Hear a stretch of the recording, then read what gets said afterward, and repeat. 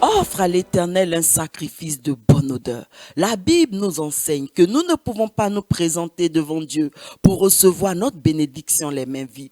C'est avec notre sacrifice dans les mains que nous devons nous présenter devant Dieu. Et le sacrifice que Dieu accepte et qui lui est agréable est un sacrifice de bonne odeur, comme un parfum de bonne odeur. Philippiens 4, verset 18. J'ai tout reçu et je suis dans l'abondance. J'ai été comblé de bien en recevant par Épaphrodite ce qui vient de vous comme un parfum de bonne odeur, un sacrifice que Dieu accepte et qui lui est agréable.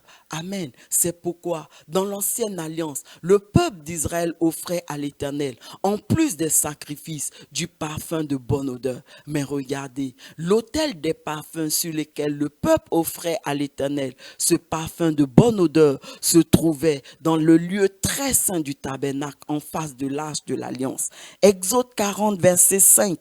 Tu placeras l'autel d'or pour le parfum devant l'arche du témoignage et tu mettras le rideau à l'entrée du tabernacle. On peut également lire Hébreux 9, versets 3 à 4. Derrière le second voile se trouvait la partie du tabernacle appelée le Saint des Saints, renfermant l'autel d'or pour les parfums et l'arche de l'alliance entièrement recouverte d'or. Amen. Dans l'ancienne alliance, mes bien-aimés, seuls Aaron et ses fils, les sacrificateurs, avaient été consacrés pour offrir à l'Éternel ce parfum de bonne odeur. 2 Chroniques 26, verset 18.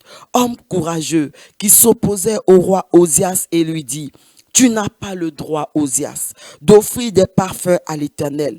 Ce droit appartient aux sacrificateurs, fils d'Aaron, qui ont été consacrés pour les offrir. Sors du sanctuaire, car tu commets un péché, et cela ne tournera pas à ton honneur devant l'Éternel.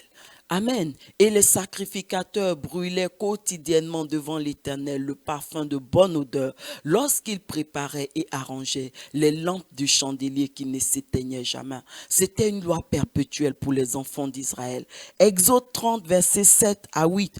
Aaron y fera brûler du parfum odoriférant. Il en fera brûler chaque matin lorsqu'il préparera les lampes. Il en fera brûler aussi entre les deux soirs lorsqu'il arrangera les lampes. C'est ainsi que l'on brûlera à perpétuité du parfum devant l'Éternel parmi vos descendants. Maintenant, écoutez, mes bien-aimés, ces lampes du chandelier symbolisent pour nous aujourd'hui dans la nouvelle alliance le Saint-Esprit. Ces versets traduisent ainsi que lorsque nous nous laissons conduire par le Saint-Esprit, nous dégageons devant Dieu un parfum de bonne odeur qui lui est agréable.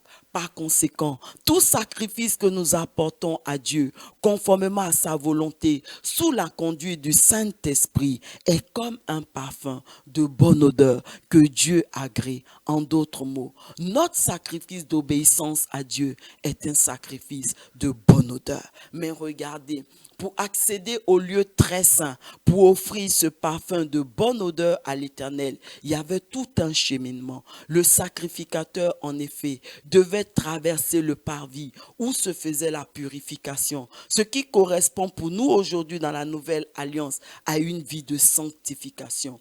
Ensuite, il traversait le lieu saint où se trouvait le chandelier qui ne s'éteignait jamais et les pains de proposition qui correspondent à une vie d'obéissance à Dieu sous la conduite du Saint-Esprit. Ce cheminement était donc une préparation pour le sacrificateur, pour l'offrande du parfum.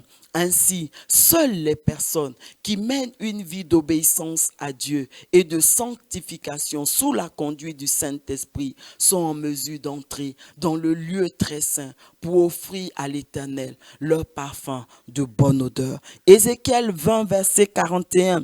Je vous recevrai comme un parfum d'une agréable odeur, quand je vous aurai fait sortir du milieu des peuples et rassembler des pays où vous êtes dispersés.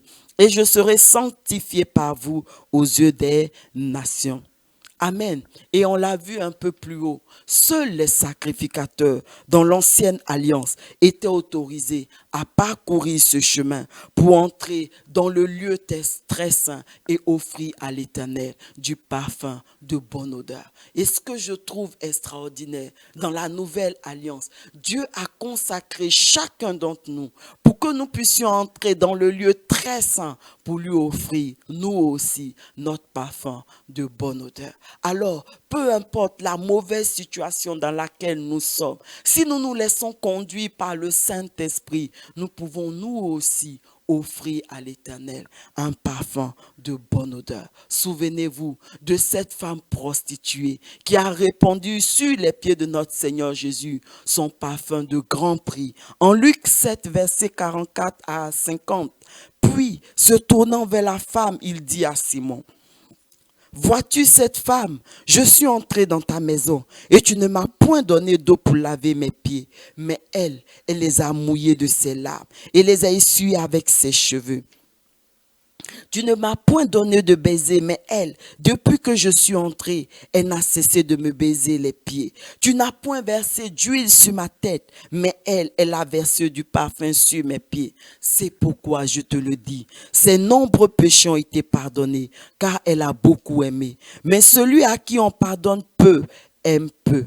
Et il dit à la femme, tes péchés sont pardonnés. Ceux qui étaient à table avec lui se mit à dire en eux-mêmes, qui est celui-ci qui pardonne même les péchés?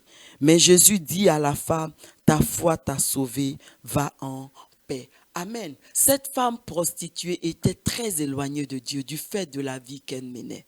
Mais à un moment donné de cette vie, elle a cru en Dieu et a pris la décision de lui offrir son parfum d'un très grand prix qui représente certainement le fruit de plusieurs années de travail et peut-être même toutes ses économies. Ce parfum traduisait le renoncement de cette femme prostituée à beaucoup de choses, à son ancienne vie de prostitution, pour vivre la vie que Dieu lui proposait. Elle n'a donc pas hésité à venir au pied de notre Seigneur Jésus pour répandre ce parfum de grand prix, de grande valeur. Ceux qui assistaient à cette scène ont pensé à un gaspillage, à une perte. Mais notre Seigneur Jésus leur a expliqué que cette femme venait de franchir toutes les étapes qui conduisaient au lieu très saint pour offrir à l'Éternel son parfum d'un grand prix et d'une bonne odeur. L'étape de la sanctification. Jésus dit au sujet de cette femme, en Luc 7, verset 44, « Je suis entré dans ta maison et tu ne m'as point donné d'eau pour laver mes pieds. Mais elle les a mouillés de ses larmes et les a essuyés avec ses cheveux. » Ce verset traduit l'engagement de cette femme dans le processus de la sanctification. Et Jésus l'attestera plus loin que tous ses nombreux péchés ont été pardonné.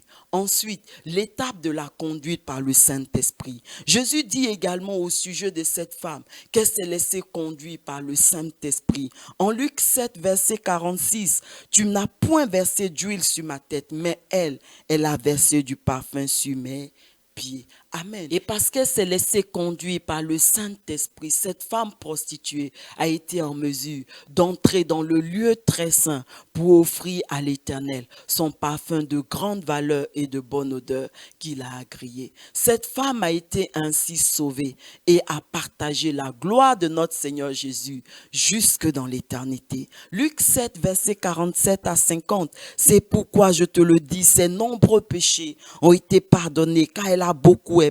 Mais celui à qui on pardonne peu aime peu. Et il dit à la femme, tes péchés sont pardonnés.